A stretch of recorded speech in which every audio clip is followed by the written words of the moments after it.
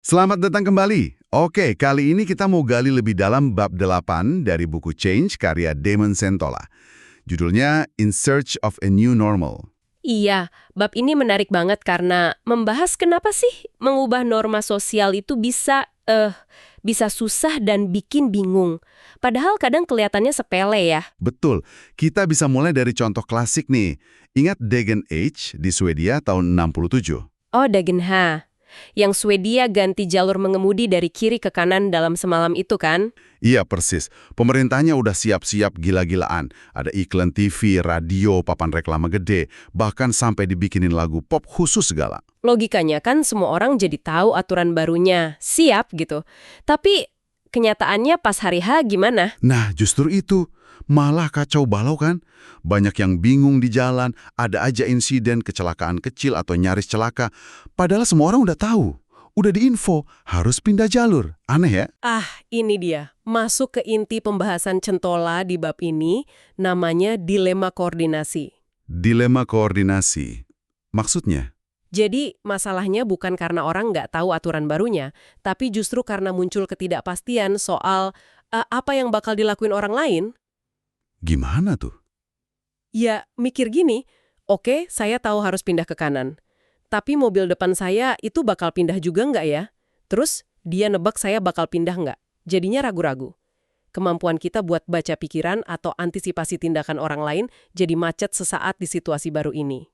Oh, jadi kayak kalau kita jalan di koridor sempit terus mau papasan sama orang. Sama-sama mau menghindar, malah geraknya ke arah yang sama, gitu ya? Nah, persis, skala kecilnya gitu.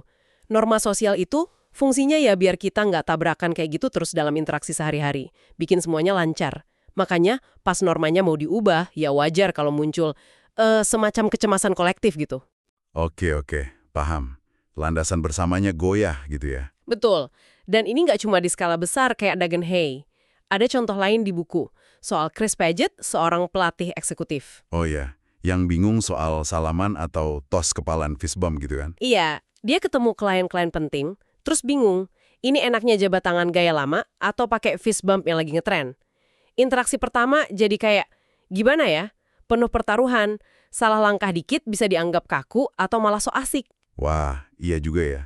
Saya juga pernah ngalamin canggungnya fist bump itu. Ini nunjukin betapa kuatnya norma ya. Bahkan dalam hal sepele kayak cara menyapa. Kuat banget. Sisi baiknya ya itu tadi, bikin koordinasi lancar. Kayak analogi perahu dayung David Hume. Semua harus kompak mendayung, saling percaya, biar perahunya maju. Tapi katanya ada sisi gelapnya juga. Ada. Norma bisa jadi alat penindasan. Misalnya lihat kasus perburuan penyihir Salem. Atau yang lebih modern, era makartisme anti-komunis di Amerika. Gimana hubungannya?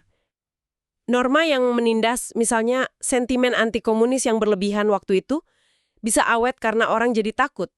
Takut dicap deda, takut dianggap pembangkang kalau nggak ikut arus. Jadi orang pura-pura setuju gitu? Iya, mereka sembunyiin pendapat asli. Akhirnya tercipta ilusi seolah-olah semua orang dukung norma itu. Yang bahaya, taktiknya seringkali menarget jaringan sosial. Temen bisa jadi informan, kepercayaan hancur. Jadi makin susah buat melawan. Ngeri juga ya kalau gitu. Terus, kalau norma sekuat itu, kenapa bisa berubah? Kenapa norma yang udah jelas nggak relevan lagi, atau bahkan buruk? Susah banget gantinya. Salah satunya karena norma itu seringkali terasa alami banget. Kayak udah bawaan lahir aja. Kita berdiri hadap pintu di lift, cara kita ngantri itu kan otomatis aja. Ngerasa itu cara yang bener. Baru sadar kalau itu norma pas ada yang ngelanggar atau kita ke tempat lain ya? Kayak cara orang Italia ngantri mungkin? Iya, bisa jadi contoh. Karena terasa alami, mengubahnya jadi terasa aneh, bahkan mengganggu. Mirip kayak konsep pergeseran paradigma Thomas Kuhn di sains. Pergeseran paradigma, maksudnya? Kayak waktu teori Kopernikus, matahari pusat tata surya, gantiin teori lama, bumi pusat tata surya. Teori baru itu bikin semua kerangka berpikir lama jadi usang. Para ahli yang jago teori lama mendadak merasa, nggak kompeten lagi.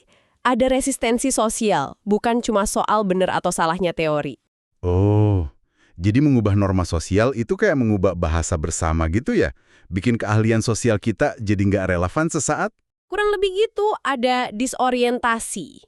Makanya ada resistensi. Nah, ini nyambung ke gagasan filsuf Ludwig Wittgenstein. Dia lihat interaksi sosial kita tuh kayak serangkaian permainan koordinasi. Permainan koordinasi. Iya, dan norma itu, aturan mainnya, setiap interaksi kita itu sebenarnya negosiasi kecil soal aturan ini. Contoh di buku itu bagus-bagus. Contohnya apa aja? Misalnya, jabat tangan yang gagal atau canggung tadi.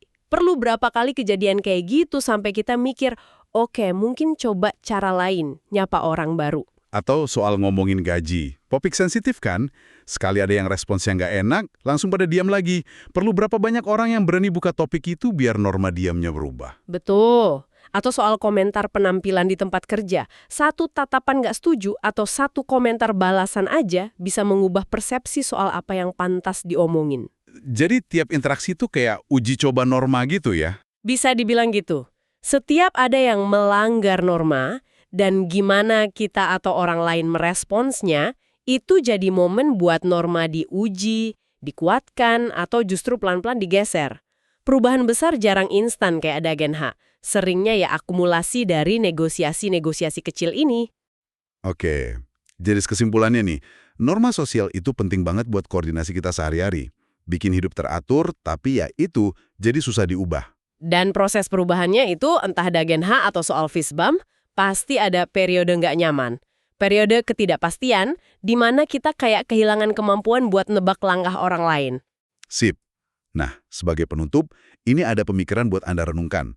Coba pikirin satu norma sosial yang sekarang ini rasanya alami banget buat Anda, kayak udah seharusnya begitu. Terus, coba bayangkan, perlu kejadian kayak apa, kekacauan koordinasi macam apa, atau perubahan kolektif gimana supaya norma itu benar-benar bisa diganti. Dan yang lebih penting, gimana rasanya buat Anda pribadi kalau itu terjadi?